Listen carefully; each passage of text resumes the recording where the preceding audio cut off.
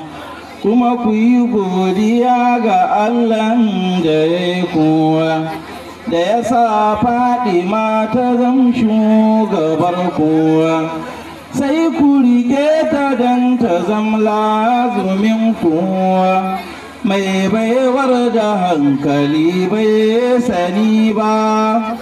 Mu ma mun goda Allahn da ya muwa, da ya sa santa a cikin zuciyar muwa, kuma ita ce sinadarin rayuwar muwa, kuma zuri'arta ce cikakken rabon muwa. Ba dan addu'arsu ba za mu kai ba. Ya sirrin nabi matar Aliyu, yar saida Khadija zaujat nabiyuwa, mai zuri'ar da babu dukkan shagiyuwa, kowane gu idan da jikan Aliyu, albarka tana zuba ba da wai ba. Kowane gu idan da jikan Aliyu, kowaye a gumba zai kai ishi ba. Ke ce ƙorama ta bayi ga Allah, mai shayar da duka bayi na Allah.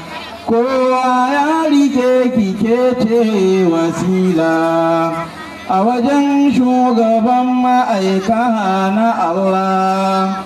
Ba wani mai isa idan ba da ke ba, mai nasabar da duniya ba kamar ta, har kaka 500 ne gabanta.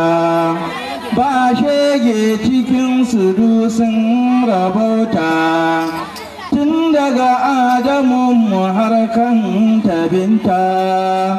Babu ɗayansu wanda ba salihi ba. Ya Allahu Rabbana ya Karimu, mun roƙe ka san ma'aiki ka ba mu, da kuma abin da ya fi san shi ka ba mu.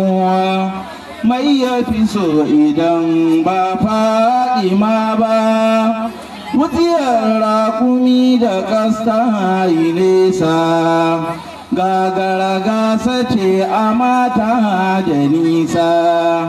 Baki da kishiya da ɗayar na Hafsa, ya Alawiya ya Aziza Nafisa. Fadima yar Aminu jikar Suwaiba, don haka masu kyau ba za su yi ike ba, ko Bilkisu ma ba za ta yi ike ba, ko babanta jinni ne ba mutum ba.